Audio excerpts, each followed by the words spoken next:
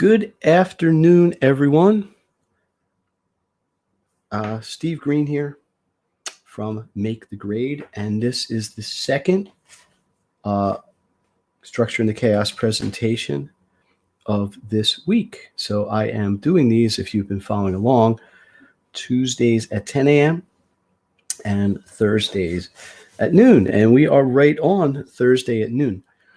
Today, I'm going to do something a little bit different, and this is like everything I'm trying to do based on feedback from parents and feedback I'm getting from people out there in the world. I'm trying to monitor kind of my my live feed here. So if you have questions, please put them in the comments underneath, and I will try to answer them as they come up. I'm looking specifically on my personal Facebook page. This is probably going multiple places. So as a little bit of background, I have a private tutoring company called Make the Grade. I've been doing it for more than 20 years. I focus on helping students basically of all ages with math, with science, SAT prep, general educational things. I've also written a book, which I have right here. We're proud of this, which is basically a guide on how to be good at school and really anything that you need to accomplish, time management wise, information management. Anyway, what I've been putting together, and I did 8 of them, are presentations specifically for parents and students on how to create structure while we are in this new situation of virtual and home learning. And the presentations have been well received. I'm happy to say thank you, everyone. And a lot of questions have come up, and I've tried to address them. But one of the things that I'm getting asked to do, and I'm honestly going to use some notes here today, is talk about some kind of success stories, which I'm going to call case studies. And that's what we're going to get into today. But generally, just to recap a really thumbnail version of the presentation, in order to do effective home learning, especially if you're a parent trying to work at home or oversee your education, or in some cases actually become a de facto teacher, number one, you have to have a good physical structure.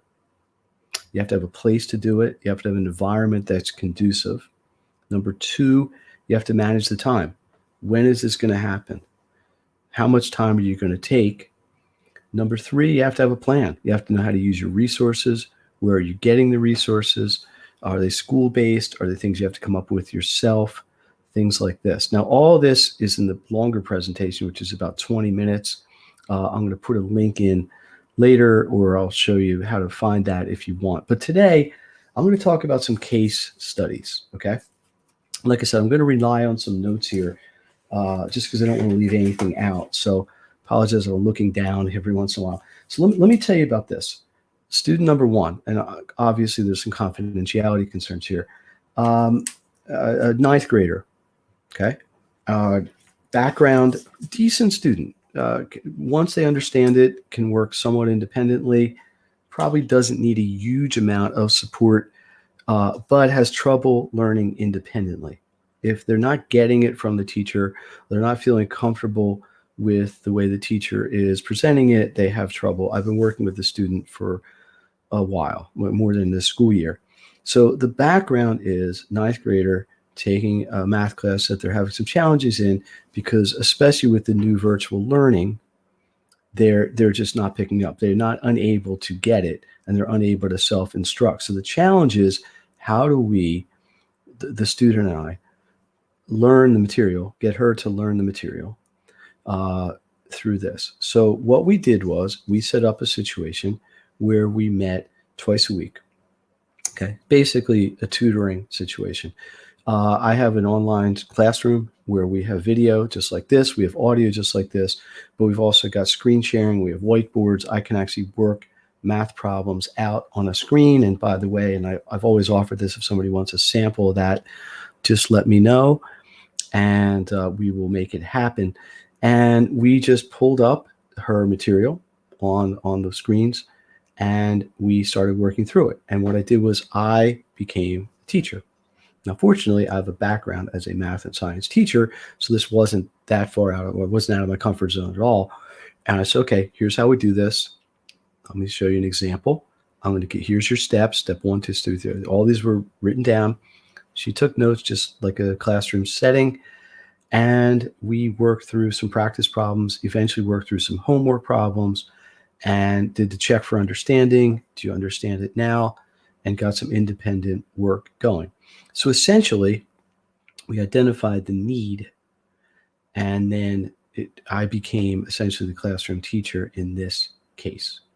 That's one thing that's happening very commonly, not because the material from the school was good or bad, although there frankly wasn't a lot of direct instruction besides just watching a pre-made video that was from a third-party source. It just wasn't a good way for this particular child to learn. Okay, that's my first case study here.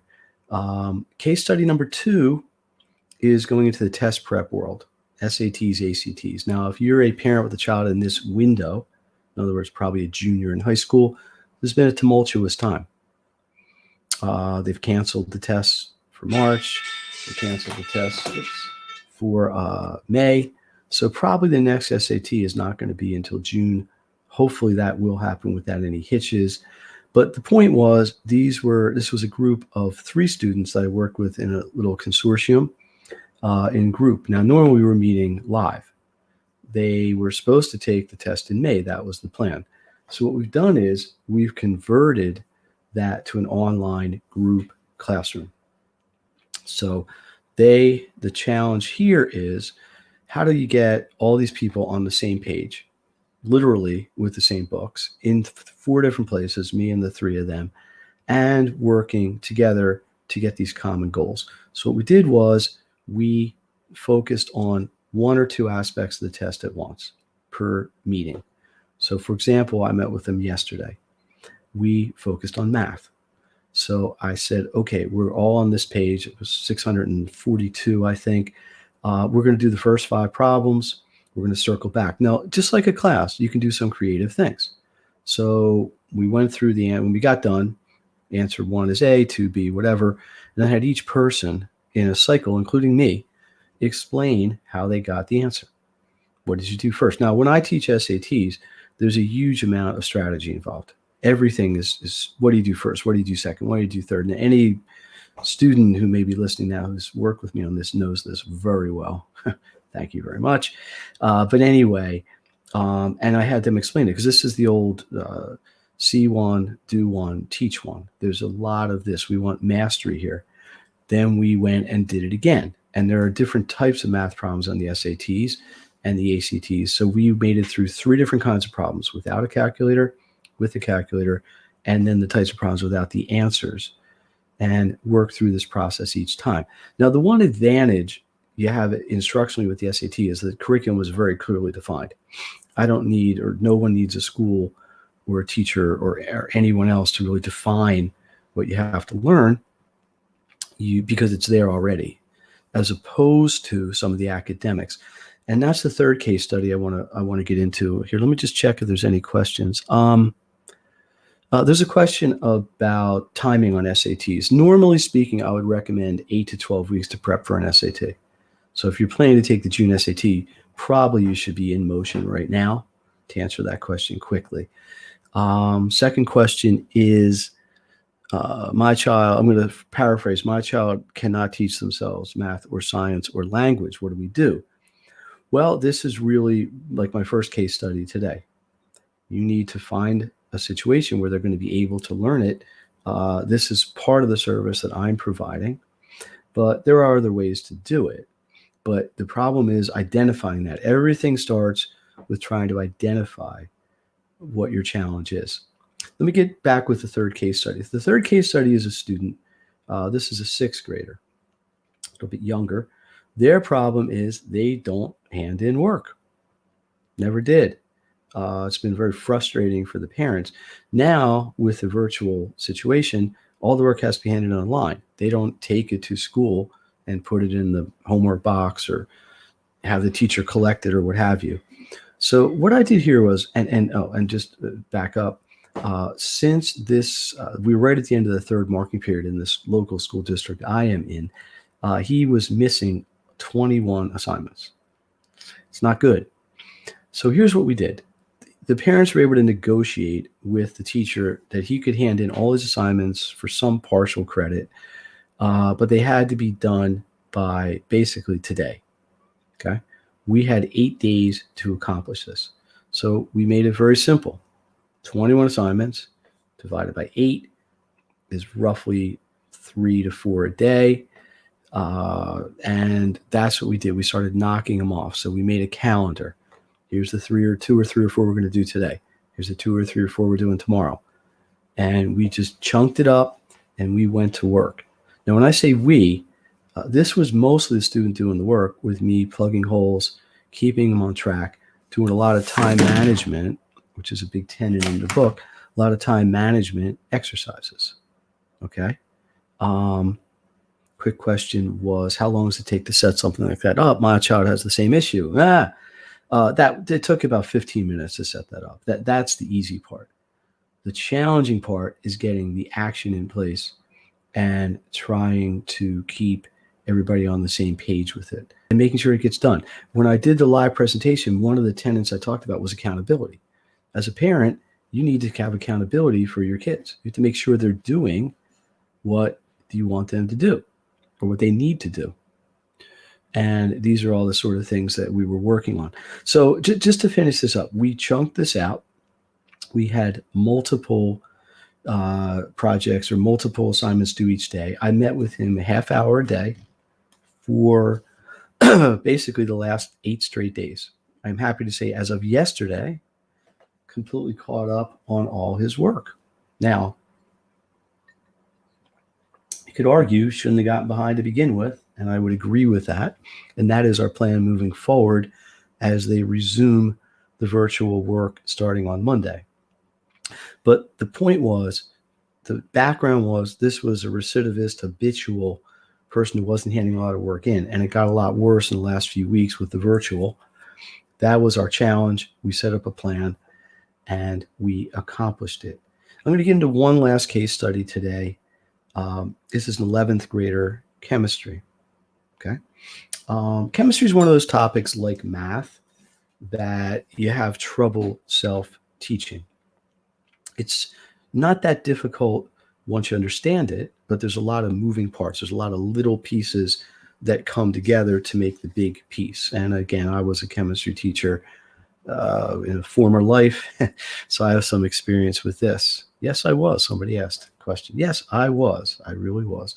Anyway, here's what we did.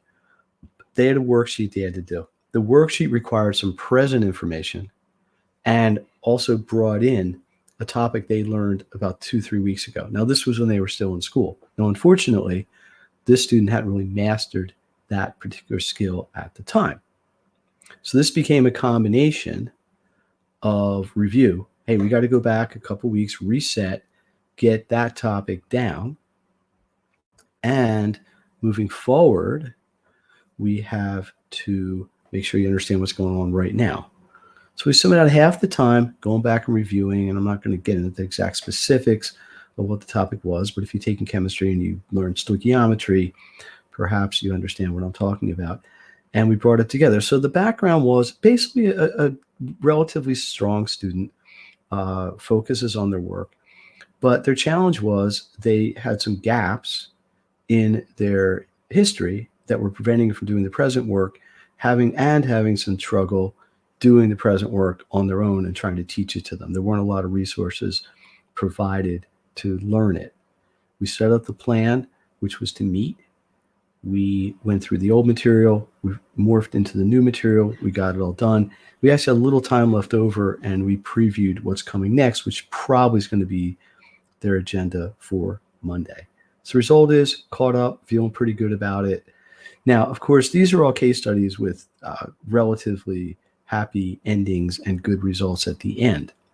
But I think the reason that happens, honestly, and my advice to any parents trying to self-instruct in homeschool or virtual school at home, is if you have the right plan in place, you're much more likely to get the result that you want.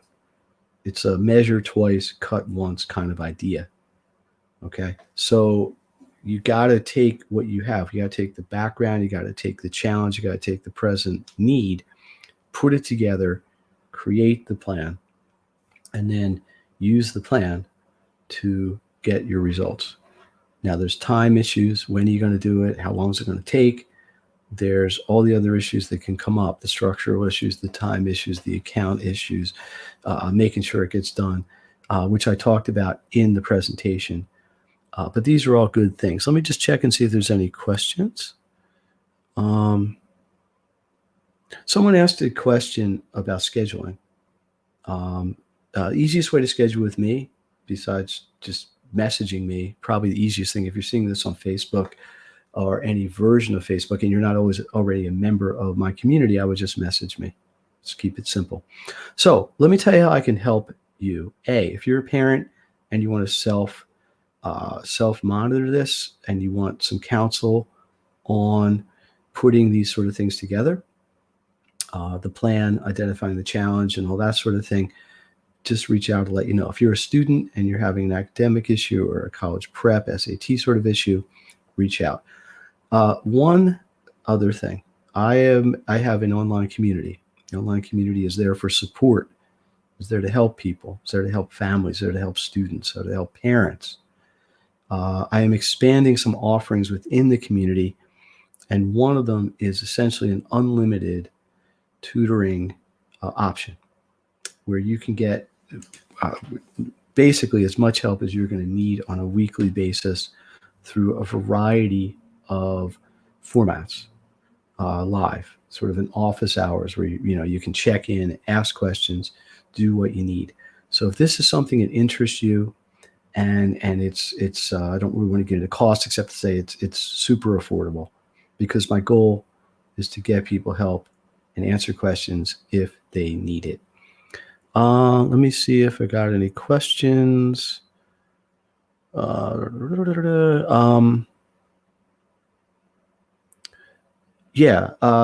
questions. Again, getting back to scheduling, easiest thing is just to message. If you have my phone number, give me a call.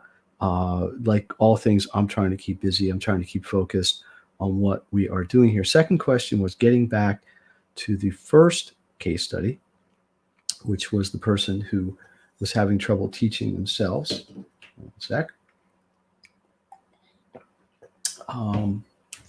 The concern of the questions basically is what happens when the person has a quiz or a test. They're not going to have somebody there to help them. Good question. It's really the same thing as asking with any other support. At some point or at all points in tutoring, one of my personal goals is to foster independence in the student. Okay. Absolutely. And that's really the goal, because I'm not there to take quizzes with them or tests with them or whatever. My job, the way I see it, and my role is to help them understand the material so that they can do it independently and be able to bridge the gap between idea A to B to C to D and put them all together and work from there. So it's a great question. The answer is they got to do it independently, and that's what we're building up to, and that's our goal. So that is our discussion of case studies for today. Unless there's any other questions, and most of them are kind of the same, or comments. I appreciate everybody coming on and spending a little time here today. Steve Greene, Make the Grade Tutoring. Can you see me here? There it is. See, Make the Grade. Oh, on this side. That side. Everything's backward. It's a mirror image on the screen. I do these Tuesdays at 10 a.m., Thursdays at noon. Normally, it's more of a presentation. I will put the link in there if you want to see them. I think they're really helpful. I appreciate all the positive feedback I've gotten from people to be able to use the information and helping them in their environment. If you want to get a copy of Maximum Education, let me know. It's chock full of really good time management, information management, daily action plan, and success strategies. So my goal is always to keep these in the 20-minute range or so. We are at 1927. So we're right there. Last check for questions. Well, thank you. Someone said they appreciate everything I am doing. And let me just be clear on one thing. This isn't something I started March 18th or whatever day we went into hibernation here. This is a 20-plus year, 30-year thing in my life. I've been in education for most of my life, at least professional life. And this is just another challenge that we're having. They announced today, in fact, in the last hour, at least in Pennsylvania, schools are going to be closed until the end of the year. We are on virtual learning until at least September at this point. Hopefully not beyond that. So we're going to have to adjust. We're going to have to adapt. We're going to have to deal with it. Anything I can do to help, let me know. So I'm going to put this to an end. Thank you, everyone. If I don't see you in any sort of one-on-one circumstance, I will be back Tuesday, 10 a.m. Any suggestions on things that would help you in your own situation or questions, just message me, put them in the comments, and we will go from there. Have a great day. Stay safe. It's nice out. If you can, maybe go out, take a walk. Make sure you're at least 1.82 meters from the next person. You're in metric system here, not feet, I guess. 6 feet for those of you not familiar with the metric system. Just be smart. We're all trying to, as I say, flatten this curve down. And part of that is really just using common sense. So thanks. I'll see you all later. Happy Easter, happy Good Friday, happy Passover, happy everything that's going on right now. Let's try to celebrate the positives when we can. So long.